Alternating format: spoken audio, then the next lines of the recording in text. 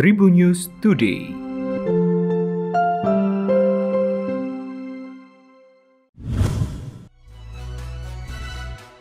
Halo Tribuners, berjumpa kembali bersama Memes mengesahkan berbagai informasi untuk kamu dimulai dari berita nasional.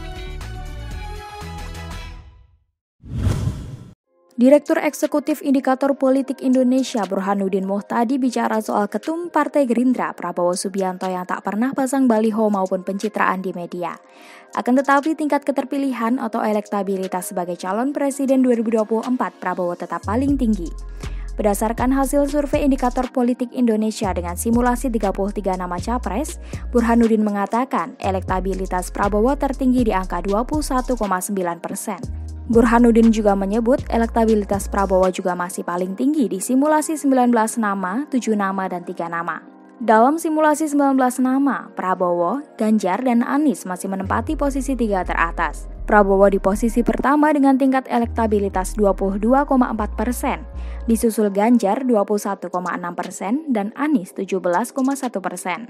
Sementara dalam simulasi 7 nama tertutup, Burhanuddin menyebut Prabowo memperoleh 27,4%, terpaut sedikit dari Ganjar Pranowo. Adapun dalam simulasi 3 nama, Prabowo memperoleh 32,7%, Ganjar 30,8% dan Anies 24,9%. Karena itu Burhan berpendapat Prabowo perlahan tapi pasti harus tetap hadir dan tampil di depan publik. Pasalnya kalau terlalu jauh dari radar publik, menurutnya hal itu terlalu beresiko untuk Prabowo, kecuali memang Prabowo tidak punya minat untuk maju lagi.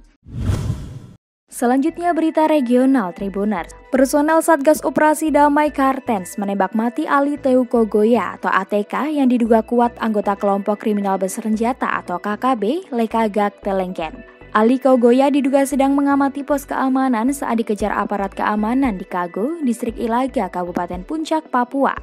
Anggota KKB itu ditembak petugas karena berusaha melawan dan menembak petugas saat hendak ditangkap. Menurut Direskrimun Polda Papua, Kombes Faisal Ramadhani, keberhasilan aparat keamanan mendeteksi keberadaan ATK merupakan pemerintah Kapolda Papua kepada Polres di daerah rawan untuk memperkuat pengamanan di dalam kota.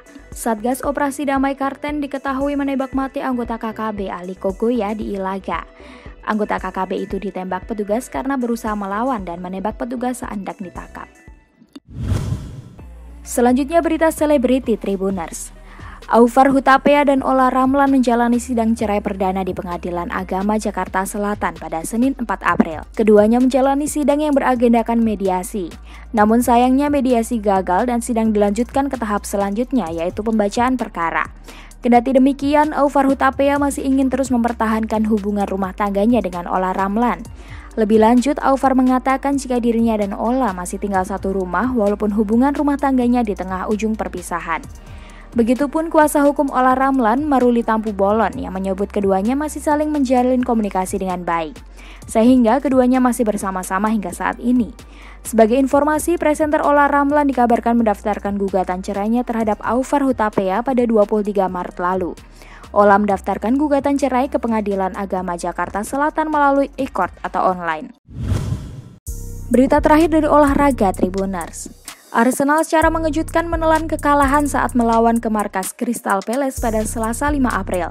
The Gunners takluk dari Crystal Palace dengan skor yang cukup mencolok 3-0. Mereka bahkan sudah harus tertinggal saat pertandingan baru berjalan 15 menit. Pressing tinggi dan ketat yang menjadi senjata Palace benar-benar membuat Arsenal mati kutu. Arsenal sangat kesulitan untuk mengalirkan bola dengan lancar ke sektor depan. Bahkan aliran bola mereka sering terhambat ketika memasuki area di tengah lapangan. Di sisi lain, pemain Crystal Palace dapat dengan leluasa membangun serangan. Operan-operan mereka simpel namun terarah dengan baik. Belum lagi dengan intercept atau tackle yang dilakukan para pemain untuk memberi unsur kejutan kepada lawan. Arsenal pada akhirnya benar-benar kewalahan dan tak berkutik selama 90 menit. Demikian tadi 4 informasi terkini yang menarik untuk kamu ketahui. Jangan lupa untuk terus mendengarkan Tribun News Today hanya di Tribun News Podcast Spotify dan YouTube channel tribunnews.com. Memes pamit, sampai jumpa. Tribun News Today.